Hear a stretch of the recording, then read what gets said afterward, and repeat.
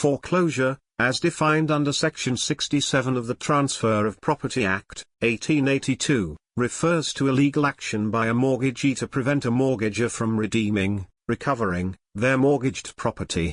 Right of foreclosure. The right of foreclosure is the mortgagee's remedy that complements the mortgagor's right of redemption. If the mortgagor fails to fulfill the repayment obligations, the mortgagee has the right to foreclose, i.e., to claim ownership of the property or to initiate its sale.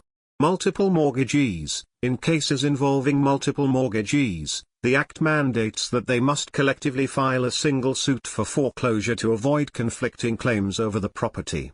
Doctrine of priority. The Transfer of Property Act introduces the doctrine of priority under Section 48. This doctrine establishes that prior mortgages or interests in a property take precedence over subsequent ones, which protects early mortgagees. Sale of immovable property. While Section 67 discusses foreclosure rights, Section 54 of the Act defines a sale as the transfer of ownership of immovable property for a consideration.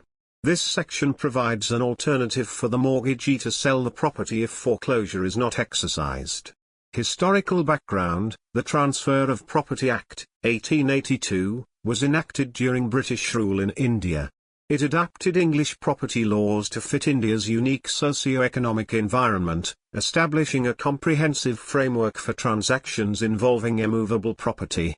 What is the right of foreclosure? The right of foreclosure is a remedy for the mortgagee that arises when a mortgagor fails to repay their loan.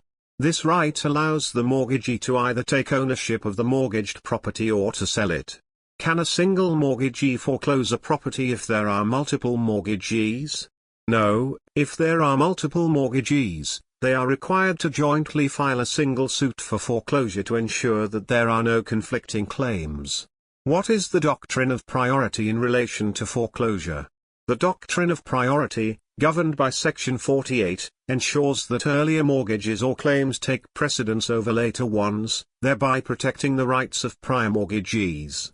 How is foreclosure different from the sale of immovable property under the Act? Foreclosure involves the mortgagee taking ownership due to default, while a sale, defined under Section 54, is a transfer of ownership in return for a price.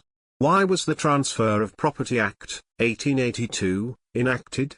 The Act was enacted to bring uniformity and clarity to property transactions in India, adapting English property law principles to India's legal and socio-economic context.